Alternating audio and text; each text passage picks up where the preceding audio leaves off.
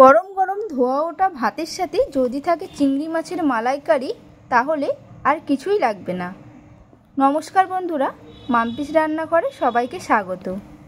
আজকে আমি চিংড়ি মাছের মালাইকারি রেসিপি নিয়ে হাজির হয়েছি। রেসিপিটি প্রথম থেকে শেষ অবধি দেখুন। যদি ভালো লেগে থাকে তাহলে অবশ্যই বন্ধুদের সাথে শেয়ার করে দেবেন। তাহলে দেখে নিন আমি কিভাবে বানাচ্ছি আমার আজকের রেসিপি চিংড়ি মাছের মালাইকারি। এই চিংড়ি মাছের মালাইকারি বানানোর জন্য সবার প্রথমে আমি নিয়ে নিয়েছি 4 পিস চিংড়ি মাছ।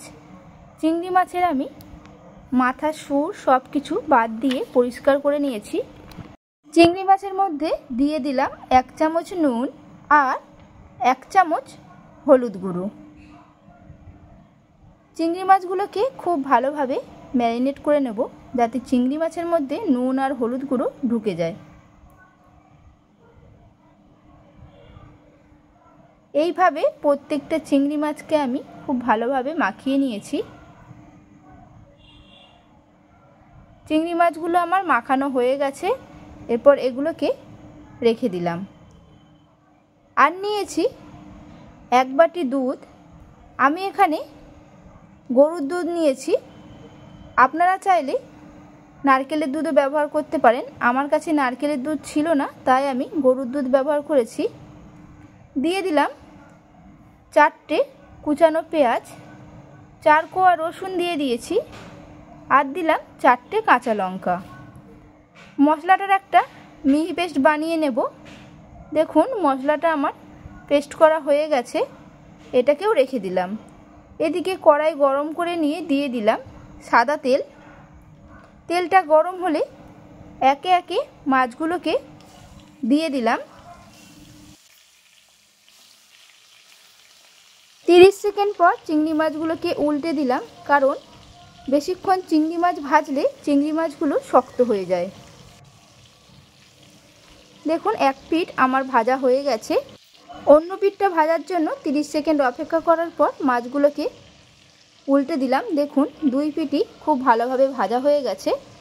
এরপর চিংড়ি মাছগুলোকে একটা বাটির মধ্যে তুলে নিলাম।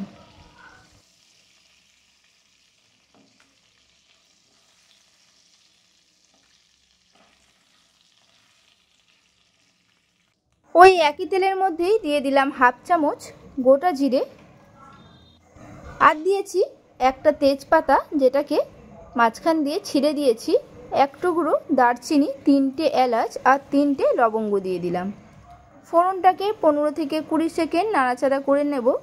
যখন ফোড়ন থেকে সুন্দর গন্ধ বেরাবে তখন এর মধ্যে দিয়ে দিলাম বেটে রাখা পেঁয়াজ, কাঁচা লঙ্কা আর রসুন। মশলাটাকে 3 থেকে 4 মিনিট কষিয়ে নিলাম।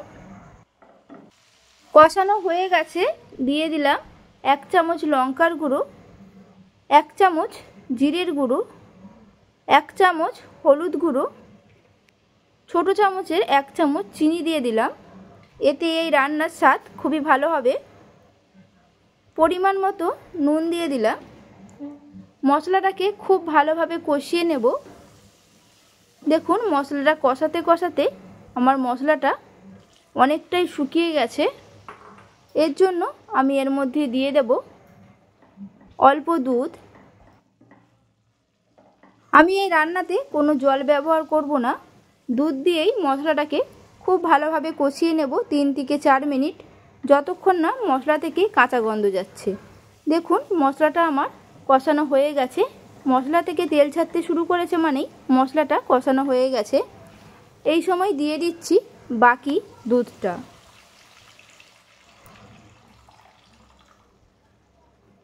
খুব ভালোভাবে মিশিয়ে নিয়ে এরপর এটাকে ঢাকনা আটকে দিয়ে হতে দেব 5 মিনিটের জন্য। এতে দুধের কাঁচা গন্ধটা চলে যাবে। 5 মিনিট পর ঢাকনাটাকে খুলে নিলাম। দিয়ে দিলাম ভেজে রাখা চিংড়ি মাছগুলো,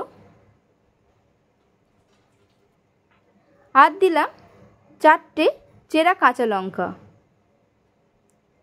আবারও খুন্তি দিয়ে খুব ভালোভাবে মিশিয়ে নিলাম।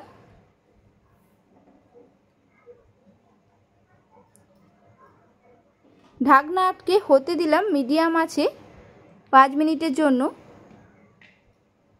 5 মিনিট পর ঢাকনা খুলে নিলাম।